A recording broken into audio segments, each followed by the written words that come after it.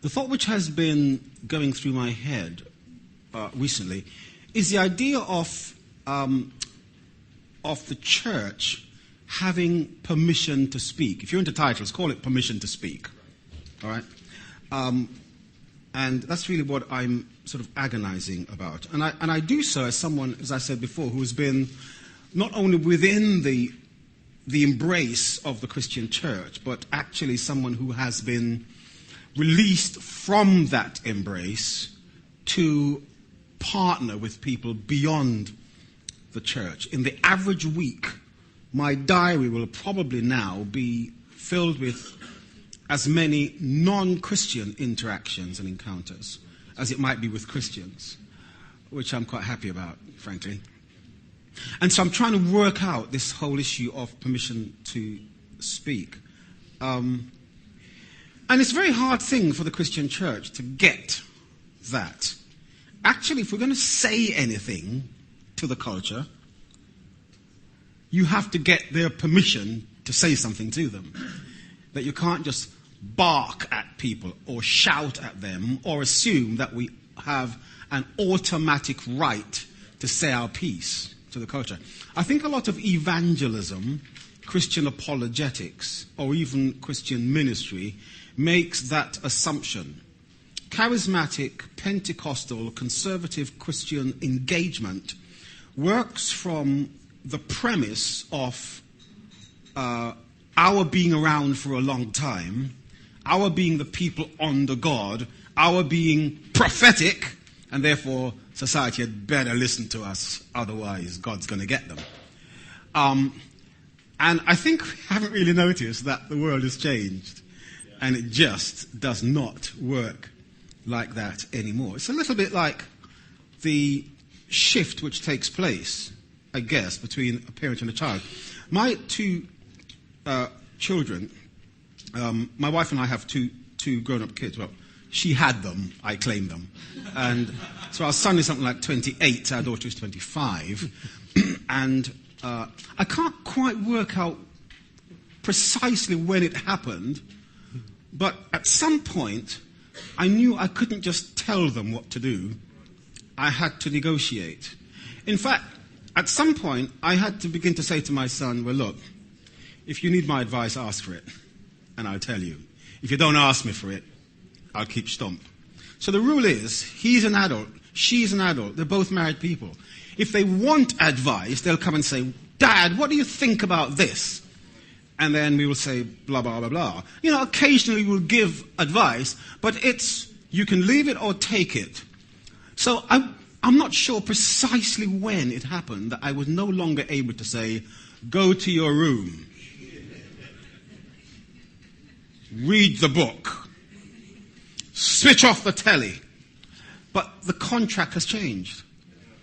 And it is very difficult to tell precisely at what point in the church's relationship with its culture that relationship and that mandate changed, but it definitely has. And I guess you will know the story just as well as me, that the influence of philosophical thinking, which emanated out of the Christian church across Europe, and which we later regarded as the Enlightenment, has made some significant shifts in the culture in that regard. So I quite enjoyed the challenge which was presented to me in preparing the paper for Cambridge last Thursday evening, in talking about human rights and the gospel. And one of the things I was reminding myself by some of the stuff I was reading was just how some of the key thinkers pushed European culture to a place where the idea that people had descending laws was removed by the concept of ascending laws. In other words, descending laws mean God has said, God gives us the rules and we do it. Ascending law says, we don't do God. We decide, the consensus decides what is right for Europe, and the consensus decides if we do it or not. And a number of things have influenced our ability to do so. So if you read people like John Stuart Mill, and particularly his classic book on liberty. Every Christian reader should read that. Because in a sense, what John Stuart Mill says is, our only real responsibility in life is to do whatever we want to do as long as it doesn't harm another person. So if you have ever heard the kind of phrase which says, mind your own business, if you ever wondered why it is that across Europe increasingly people keep to themselves and make up their own laws and have little relationship with others, and individualism has really come to impact people's understanding of discipleship, that's the stream from which some of these thoughts have flown. Or take, for example, Tom Paine's The Rights of Man, classic piece of work, in which the centerpiece of his proposition was this: every generation has to determine for itself what is right. So, you cannot have dead people telling us what is right today. And therefore the laws which dead people made 200 or 300 or 500 years ago is now irrelevant for us today, because our responsibility, our right today, is to determine what is right for us today. So there is no continuity, there is no meta-narrative, there is no overarching moral universe which says a generation of 1,000 years ago can still tell us how to behave today. And we have no right to expect that what we say is right today, either by social customs or by legislation, will therefore apply in 20 years' time. Each generation effectively has a sovereign right to determine what is right for them now, which is why a European constitution does not need to reflect a Christian heritage if today's generation says that's not relevant. And so these are just some of the influences. So the great cry of the 19th century and the 18th century, indeed, of freedom, liberty, fraternity, became the new sovereignty, the idea that God, or a feudal system through kings and queens and lords and lettered people, that these people can tell the rest of us what to do, was swept away. It's no accident that the same person who put up the Statue of Liberty also put up the tower in the Eiffel Tower in Paris. And the complementarity between what happened in Europe and what happened in the American War of Independence, where the new orthodoxies became freedom, liberty, was no accident. You know, even the American Declaration of Independence, which many evangelicals are wrestling with and see as somehow a mandate from God. We hold these truths to be self-evident, that all men are created equal, etc., etc. Even that statement was not a theocratic statement. It's a libertarian statement. Yeah, it's true. And America is not founded on Christian principles. That's true. That's absolutely true. It's founded on libertarian principles. Yes. That's why church and state are separate in the American Constitution. And this is why in America, when people are still saying they've taken God out of the classrooms, well, actually, constitutionally, he was never in the classroom. And there is therefore a significant tension as we seek to work out where did this drift take place between descending laws and principles and ascending laws and principles. And of course, the great battle of rationalism and science versus the superstition of church and God became a very, very different, difficult challenge for Christian faith.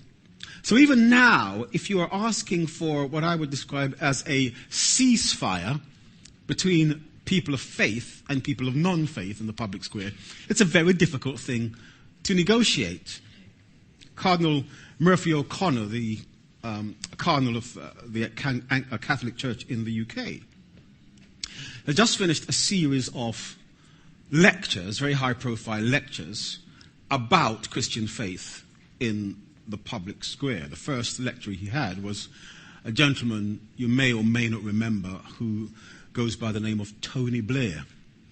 He gave a very stonking lecture about faith in the global context. The Cardinal did his piece on Thursday night gone, I think it was. There was a very interesting appeal from the Cardinal, which came out on prime time radio Friday morning, which basically said, we need a period of rational dialogue, he said, between people of faith and non-faith, so that we can share our common concerns for the well-being of society. And so they interviewed the Cardinal, making this appeal for what I call, in my own words, a ceasefire. The very next voice was Richard Dawkins, basically saying, we can't have a ceasefire. We can't have this peace, because as long as religion is in the public square, it's not rational. It should be submitted to the laws of science. Therefore, we can't take it seriously. So even then, here comes a very high-profile faith leader in the UK appealing for common space, and the rationalism of this dedicated atheist is denying that right. Worlds apart. We're just apparently worlds apart. So, in this context, the idea of justice is separated from righteousness. And of course, we know from the Old Testament that you cannot separate righteousness and rightness. The same word for justice is the same word for holiness at its root.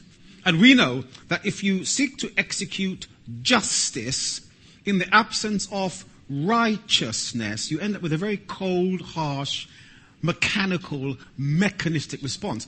This is one of the reasons why many Christians right across Europe doubt the usefulness of the concepts of human rights.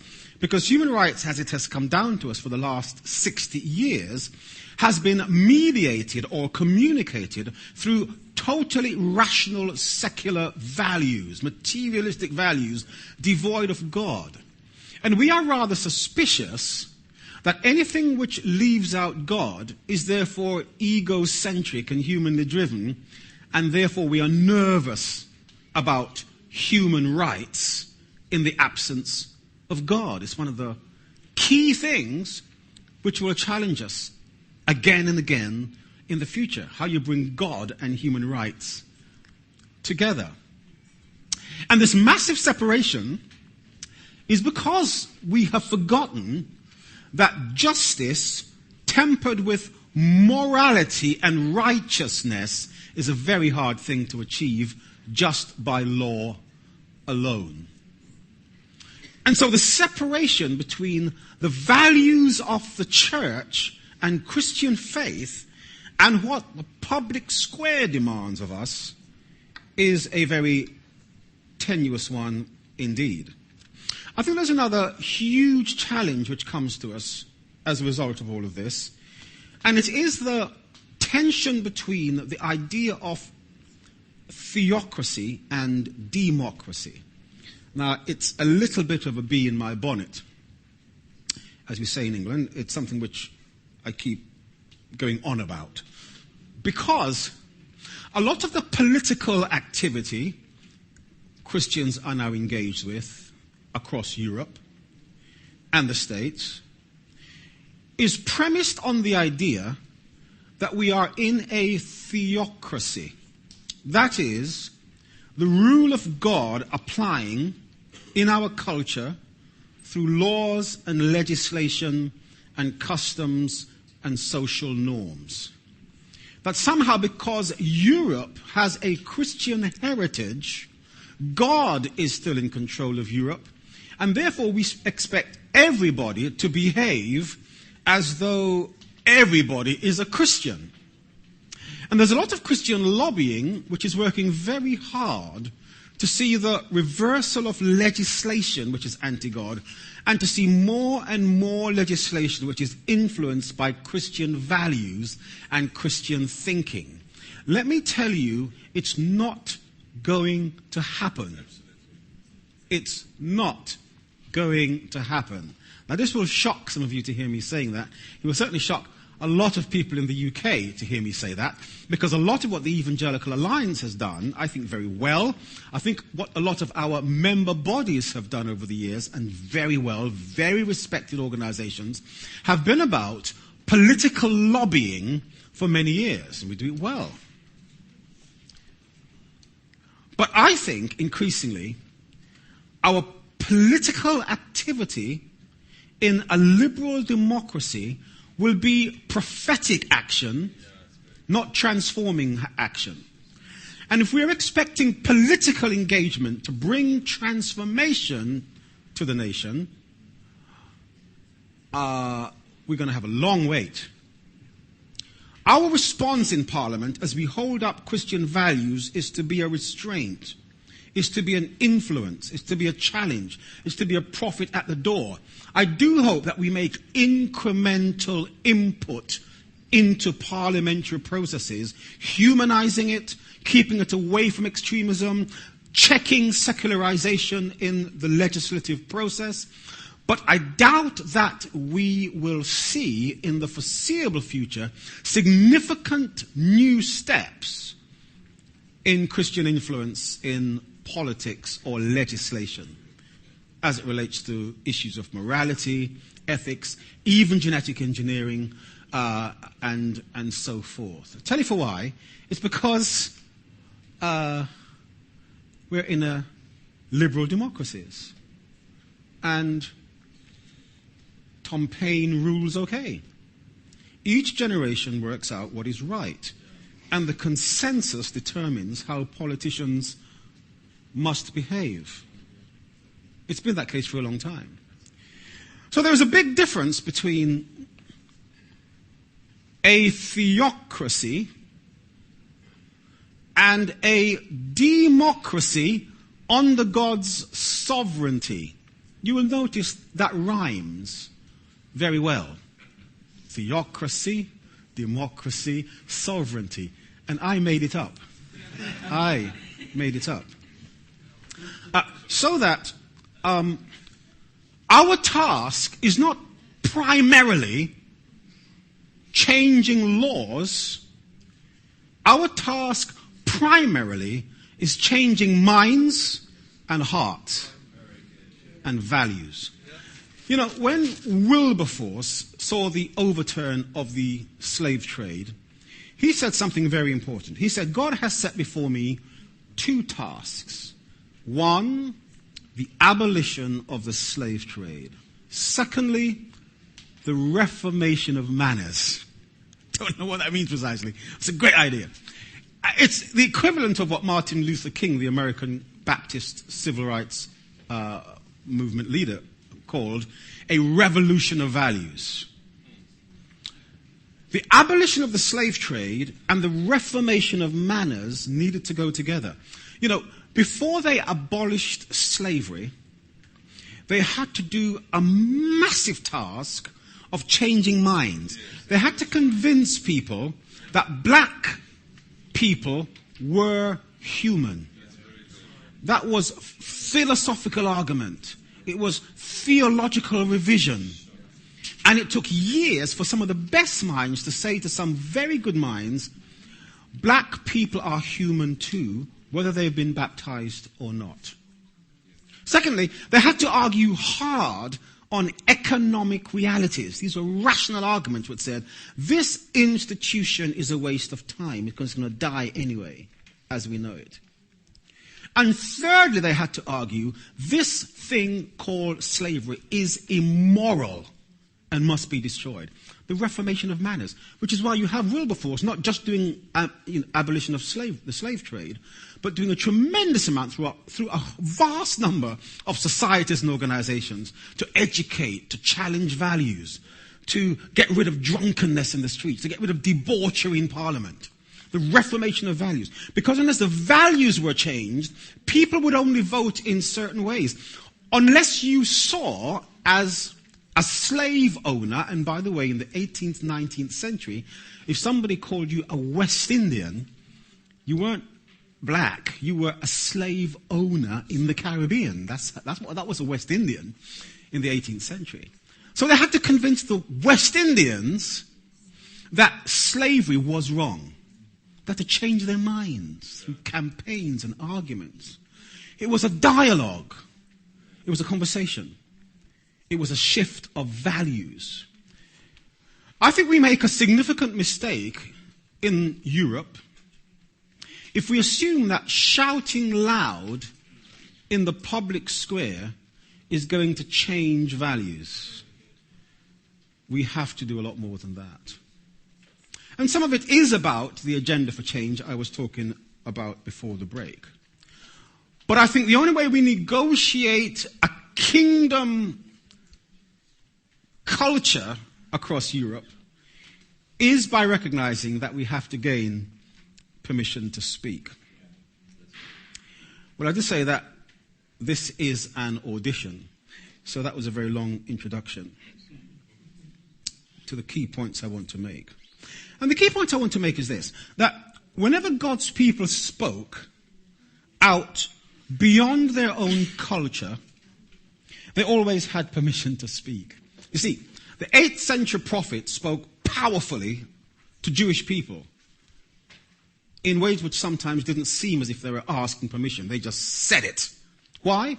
Because they were speaking within the theocracy, within the agreements, within the covenant people.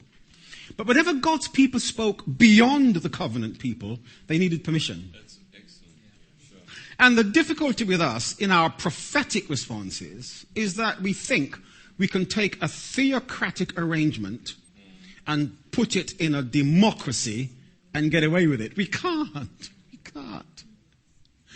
Politicians will not vote like evangelists or pastors. They're going to vote like politicians because they want to get back in 4 years' time.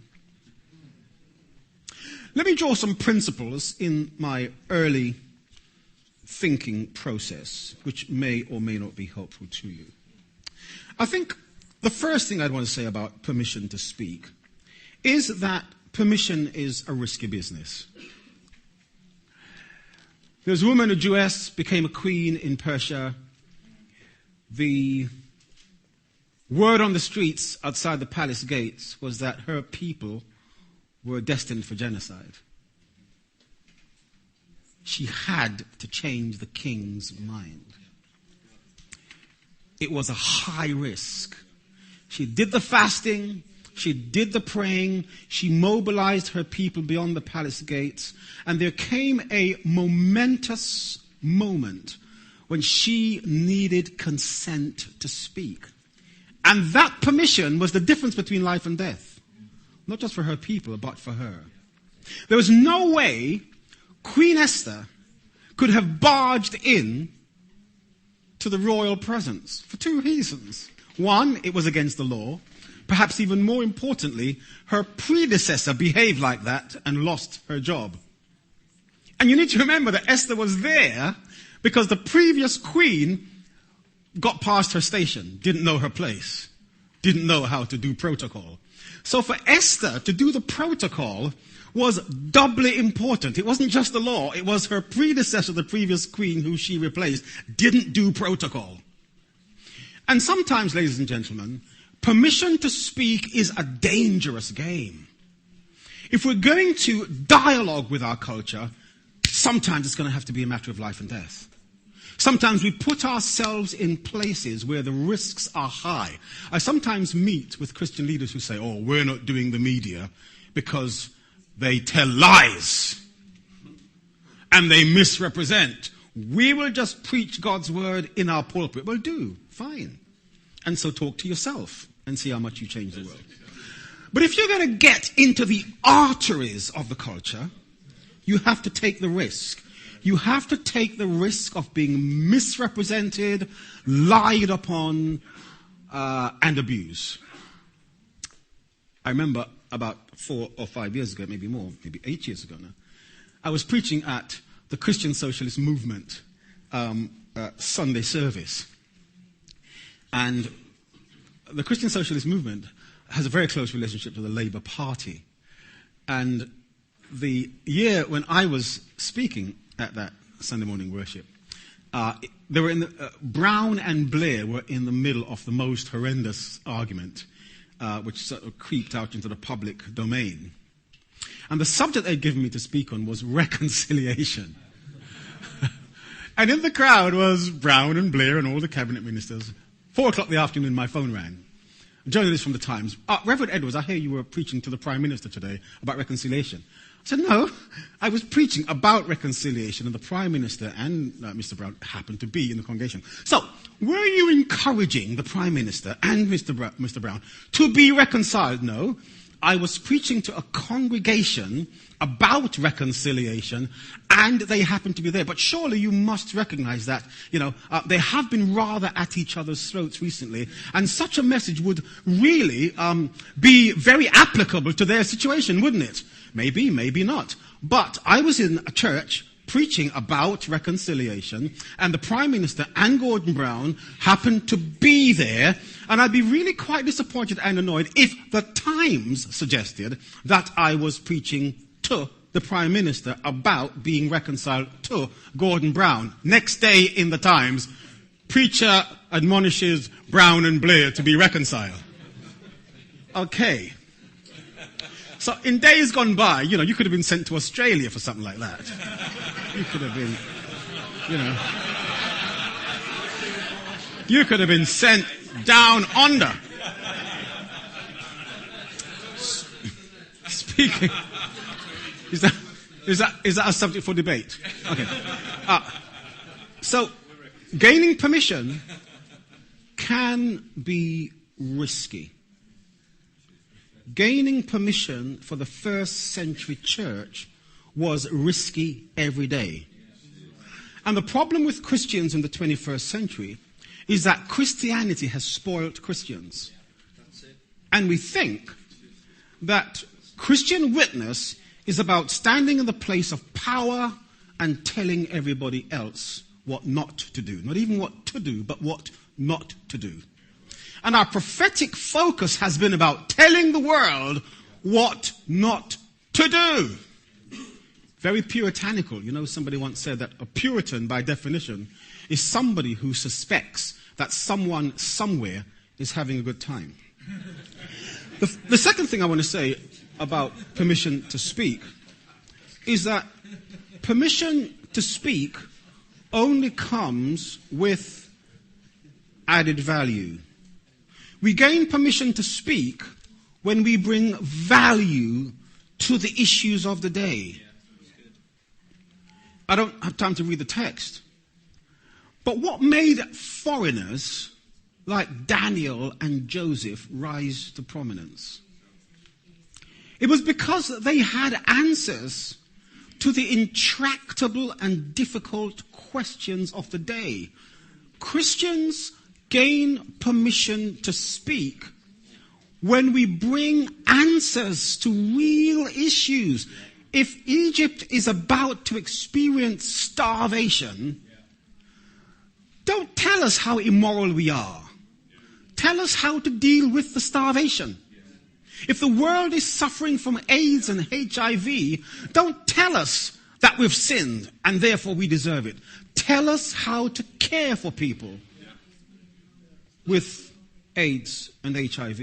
If the world is going to starvation because we have some huge discussions about biofuel and the relationship between the global South's inability to pay for food and our concerns about rising fuel prices, let's have some answers to those questions. We gain permission to speak when in our local areas we see that there are some deep problems where our governments have no long-term or immediate solutions, and we can marshal our resources and our wealth and our intellectual capital to provide answers to the questions. And we gain permission to speak. Joseph emerges from prison to speak to Pharaoh because his dream provided an answer. And he gained permission. So, let's bring some value to our communities. Not remind them how bad they are. And I think we gain permission to speak. We gain permission to speak when we are involved in phenomena. I mentioned this before. In the miraculous. Have a look at Acts chapter 4. The man by the gate, beautiful. You know, the first Christian sermon is in Acts 2 on the day of Pentecost. I think the first Christian apologetic is in Acts 4, where the man by the gate is healed. Silver and gold have we none, etc. In the name of Jesus, rise up. And he's healed, he's dashing all over the place, he creates a commotion. And the authorities call the disciples, and they say, by what permission and in whose name have you done this? It's a question. So they have permission to speak. Why? Because a lame man has been made well. So, if we have a sick society, if Europe is sick, how do we see a God of miracle coming in, which gives us the right to speak? Because the doctor will have to ask, how on earth did that happen to you? The neighbors will need to say, how comes you were bedridden for 20 years and now you're up and around shopping in the high streets? What has happened? Permission to speak. God has always used phenomena to open up the conversation. That's why John's gospel calls miracles signs and wonders. Because people wonder, wow, what does that sign mean? And miracles are never an end in themselves, never meant to be. But they're always a sign for a conversation. Permission to speak is about a community of faith who believes that God has the power, much more important than the power, God has the interest of the material world at heart. And he uses servants to open up doors of conversation through incredible acts of power, which gives us permission to speak. I think the third thing I want to say, or the fourth thing, is that permission to speak comes to those who will fill the spiritual void. Remember the jailer in the middle of the earthquake in Acts 16, who asks Paul a question. What must I do to be saved? There's permission to speak. I don't know that Europe has ever been in such turmoil spiritually as it is now. Because a continent which has lost its soul and is looking for answers is not just economically and politically in transition.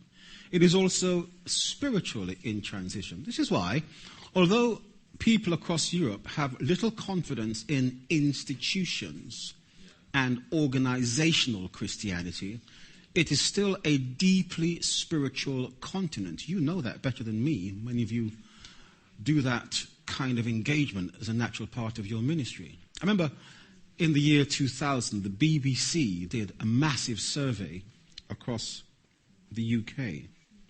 They called it the Soul of Britain survey. It's the biggest survey they'd done up to that point. And they'd asked particularly young people a whole number of questions seeking to position individuals in terms of the social and cultural developments across the UK. One of the questions was about spirituality. And they spoke to young people under 25, I think it was, about their understanding about spiritual Britain. And the young people complained that very often they thought their parents were not spiritual enough. You know? I don't think it's any accident that increasingly people are going on retreats, that monasticism is recurring again across Europe. 3 weeks ago, a friend of mine who heads up World Vision in the UK, Charles Badenoch, said he was off to Taizé for a week's retreat. And because they were over 40, they had to get special permission to go as a group of 3 or 4 guys to go for a retreat because most of the spaces are reserved for younger people. There is a spirituality. 65% of people in Britain are happy with paranormal activities. People will sign up to the Jedi party as their status in the electoral roll. Now, we have an anti-institution, anti-religious Europe. We all know that. But we also know we have a pro-spiritual Europe in the ascendancy. A church which meets the deep spiritual needs of its community will, I suspect, gain permission to speak. One Sunday morning, while I was listening to the preacher, who was very good, I rattled through my Bible to look at instances where permission to speak was given. I was amazed. I was amazed at how many texts in the book of Acts through the Gospels actually says, you have permission to speak. Doing notes during a sermon is one of the things I do, because something about listening to somebody else preach inspires me. I can actually prepare my sermon while I'm listening to you preach. If you stop me preparing my sermon while you're preaching, you are really in overdrive. You are preaching. If I have to stop and do that. But generally I find inspiration as I listen to the word of God from somebody else. So I went through and I was just amazed at how often I saw people from the Christian community being given permission to speak. Let me read you one of them. It's Acts 13 and verse 15 and 16. This is Paul talking within the context of a synagogue. And they continued their journey, and on the Sabbath day, they went into the synagogue and sat down. Verse 15. After reading the law and the prophets, the leaders of the synagogue sent word to them saying, brothers, if you have any message of encouragement for the people, you can speak. I love that. I love that. If you've got anything useful to say, we want to hear you. That's basically what he's saying. Do you have something useful to say? Do you have something that's going to help us on this journey? Do you have something which is going to build up the community? Do you have something which is going to add value in your neighborhood? If you do, let's hear you. The church will receive permission to speak if we have something useful to say. It may well have been the same survey, Soul of Britain, I can't now quite remember, or it may even have been a slightly earlier one, where people across Britain said, it's not that we don't want to hear what the church has to say, it's just that we don't know what you're saying about poverty, about exclusion. And when they measured what the society were expecting, something like 80 to 90% in each case said, we do want to hear what the church has to say about poverty, about the environment, about the big issues which occupies hours and hours and hours of time in corridors of power. Do you have any words of encouragement? You have permission to speak. I think the inference is, otherwise, shut up. And fifthly, we have permission to speak if we're a part of the intellectual inquiry. There is no requirement on the world's part that we become idiots for Jesus. We can be foolish for the gospel without being intellectually bankrupt. And that's the challenge we're faced with. But in intellectual discourse, I'm so pleased that increasingly Christian witness is stepping up to the mark. Hey, it's always been there. It's always been there. Somehow we have believed a societal lie which says Christian faith is sub-rational. It's sub-reasoning. It's less than intellectually rigorous. I'm glad there are people like Alistair McGrath and others who take on Richard Dawkins at his level and can win the order of the day. I'm pleased that universities and Bible colleges are increasingly rationalizing their existence for the world and locking in to intellectual discourse. This is what the apostles did again and again and again. As soon as Paul turned up in a town, off he went to the synagogue. Why? Because it was the center of community life, but that's where they had the intellectual bantering. That's where they had the intellectual jousting. That's where you saw that what we have is a reasoned faith. And we will gain permission to speak to the extent that we increasingly step away from anti-intellectualism. Christian church, especially Pentecostals, somehow think that, you go to Bible college, you're going to backslide, so, we won't do that. Or we will educate people ourselves within the framework of our own insular denominational specifics. So we don't trust you to go to university. Please can we open a Bible school so we can tell you precisely what we want to tell you, but we won't actually expose you to the more rigorous intellectual challenges.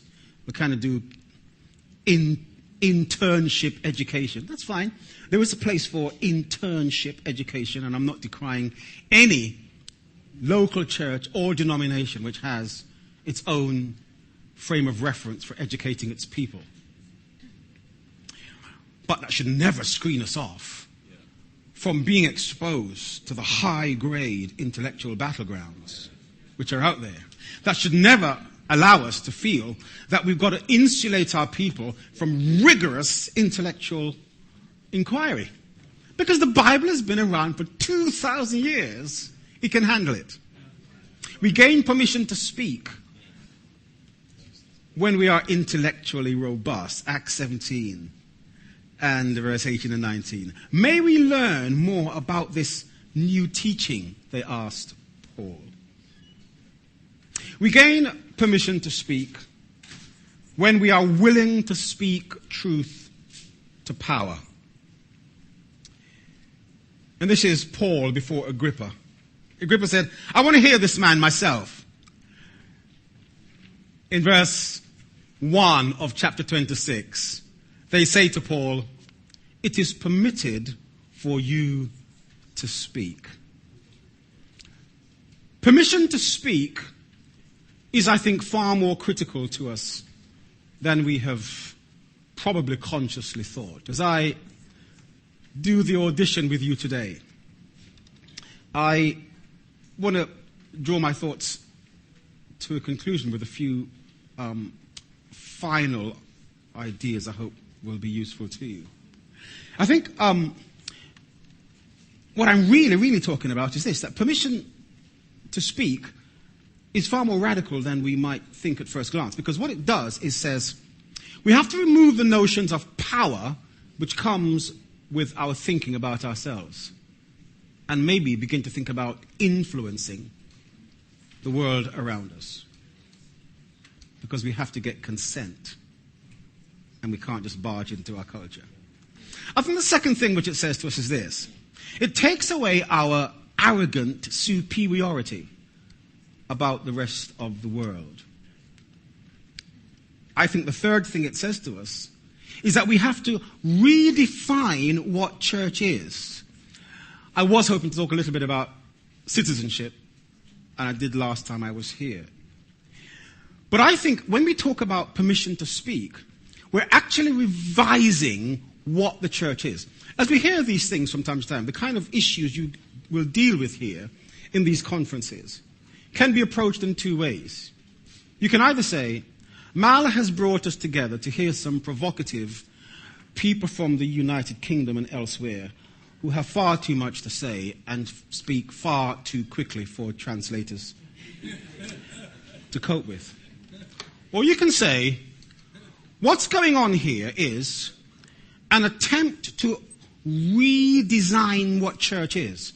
This is not just about adding new thoughts on, but it's about God grabbing hold of the church for the 21st century and saying, got to think about church turned upside down, turned inside out, and radically redefined. And I'm thinking increasingly of churches as centers of citizenship. I think the next thing to say in conclusion is, this permission to speak establishes a neutral ground, not hostility. Have you noticed that in any of the accounts, I almost guarantee you, in any of the accounts you read, where the church or the people of God spoke beyond their culture, it was with respect and honor and dignity. Think of how Daniel spoke to a tyrant who did not believe in God. He spoke with honor. Think of how Joseph spoke. Listen to Paul before Agrippa. Listen to Paul before the town councillors. Listen to any Christian leader negotiating beyond their culture, and you get respect. This is what Peter says. Pray for the emperor. Love the authorities. These are the people persecuting you. But if you are citizens, we do not go into the conversation as combatants. We go in as servants. And we gain permission to speak because we have not come in defiance of who they are, but we have come as representatives of the kingdom of God. And lastly, we gain permission to speak, and by doing so, we somehow mysteriously and incredibly become more godly as a movement. Because in seeking permission to speak, suddenly we find ourselves behaving precisely like the person who says, "Behold, I stand at the door and knock." I'm looking for permission to speak. Hey, bless you, bless you.